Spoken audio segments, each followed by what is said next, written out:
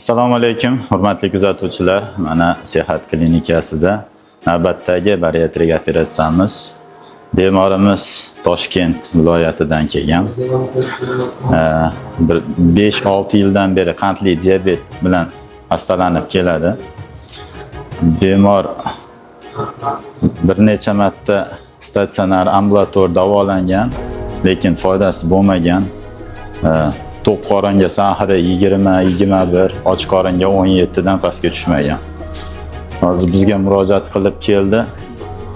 Qisqa tayyorgarlikdan so'ng hozir mana bemorda minigastro shuntlash operatsiyasi bajarilyapti. Bu operatsiyadan keyin bemorlarda Xudo xohlasa qandli diabetdan qutuladi. Yangi hayot boshlanadi bular uchun. Qandli diabetsiz, ortiqcha dorilarsiz yangi hayot boshlanadi.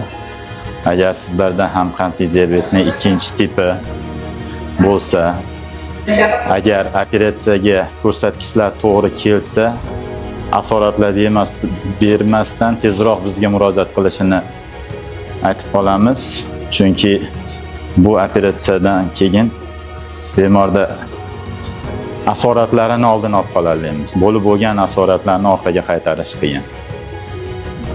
Agar o'zingizlarni qiziqtirgan savollar bo'lsa, bizning Telegram kanalimiz hamda YouTube sahifalarimiz bor. Shular orqali javob olishingiz mumkin. Rahmat.